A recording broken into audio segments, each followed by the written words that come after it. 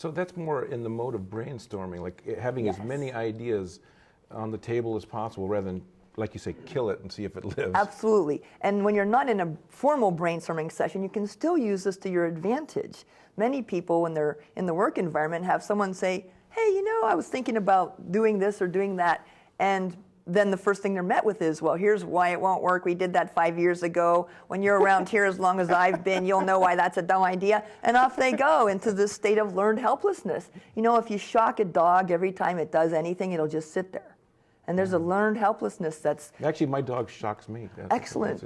I think it's a good choice. Yeah. Okay. I want to ask you about the gap between knowing and doing. Now, so many people have read the books, and if you were to quiz them, they'd know what they're supposed to do, but there's this gap between knowing and doing. Right. That's my competitive differentiator. Most consultants go into an organization and will not sign up for the execution phase because that's the hardest part. Knowing how is really never enough to change anything. And there's several reasons. There's a great book by two Stanford professors called Pfeffer and Sutton. It's called The Knowing-Doing Gap. And one of the things that keeps people from taking action is talk, substitutes for action.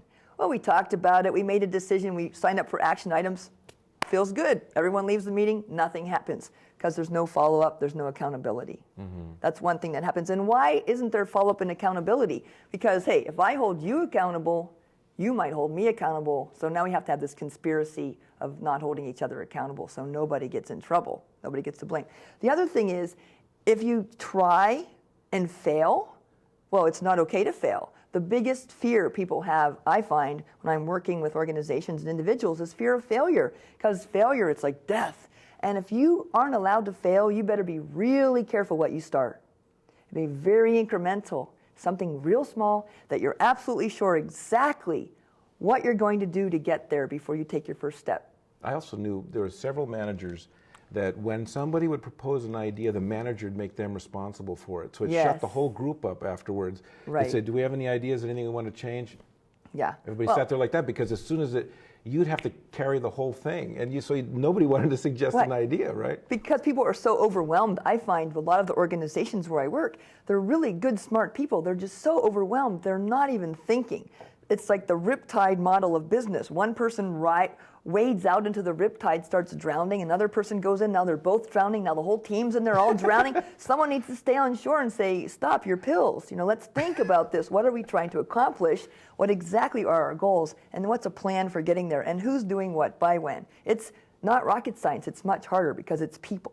And that's what you do when you go in, right? Because I know you've said, everything you know is in these books, and you've read these books, but you won't do it anyway, right? I'm a little flip, and that doesn't work everywhere. But I give my clients a book and say, this is, in some sense, it's common sense, it's not common knowledge, and it's not common practice.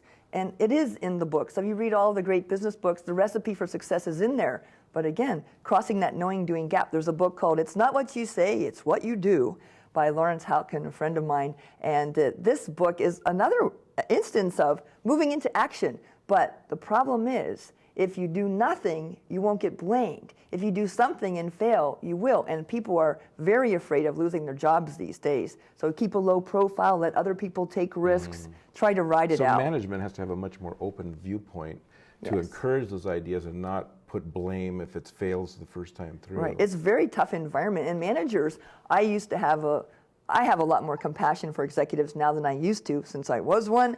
And they're in the same position as all of us. They're overwhelmed. They feel like they don't have enough time. They don't have enough money. They have their boss is confusing to them and overloading them with work. And there's a lot of reasons why people are not effective in their jobs. I want to ask you about this concept of power questions, or questions we can ask each other or ourselves that would change perspective. What are these power questions? There's one paradigm-shifting question that will change people's view almost immediately. And it comes from Joel Barker's New Business of Paradigms video. The question is, what today seems impossible, but if it were possible, would transform your job, your life, your organization for the better? Wow. And once you tap in to the assumptions and beliefs that are unconscious, people are holding themselves back. 70% of what I do as a consultant is get people to do what they already know they should be doing, but for some reason are holding themselves back, stopping themselves because of the assumptions and beliefs that it's not possible. So when you ask people that question, it takes them to a place where they have to confront that. In a way, it's that same thing of the knowing-doing gap. You just said they know they should be doing it. That's right. So they have to, are you kind of like taking the shackles off and saying, you know, if you could do anything, what would it be? You're giving them permission to be successful, to assume success from the beginning. So you remove the one barrier, stopping them from even thinking about it, which is the fear of failure. And you say, okay, it's possible. You could fail. That's a possible fact.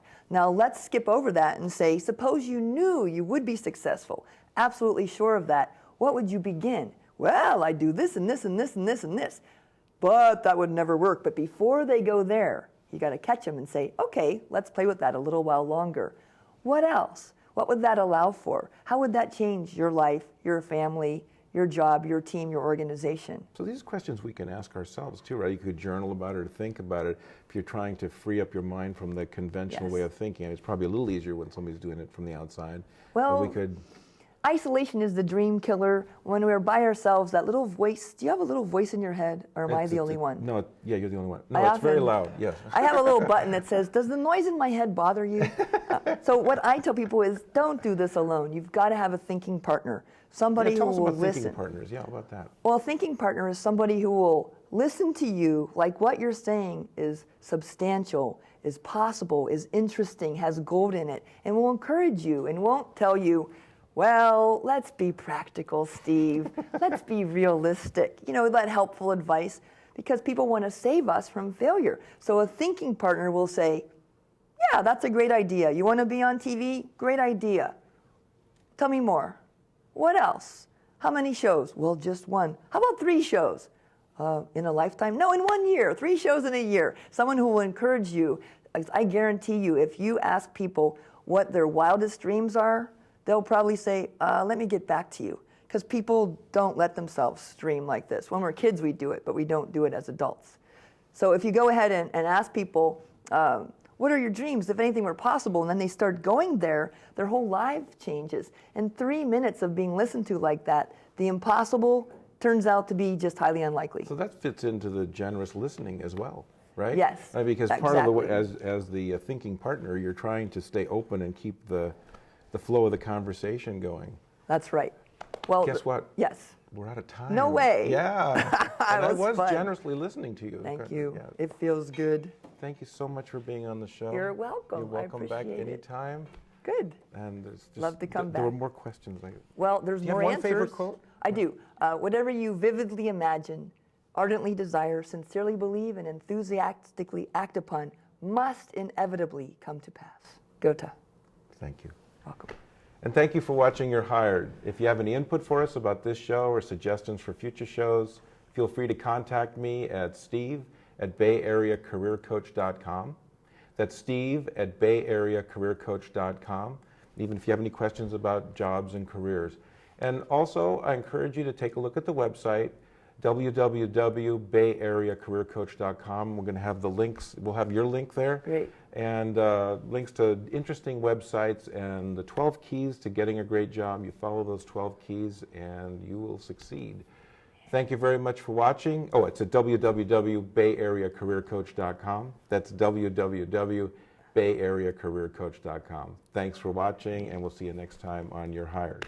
And you're hired right now. Thank you. Thank you so much for being on the job. It was a pleasure.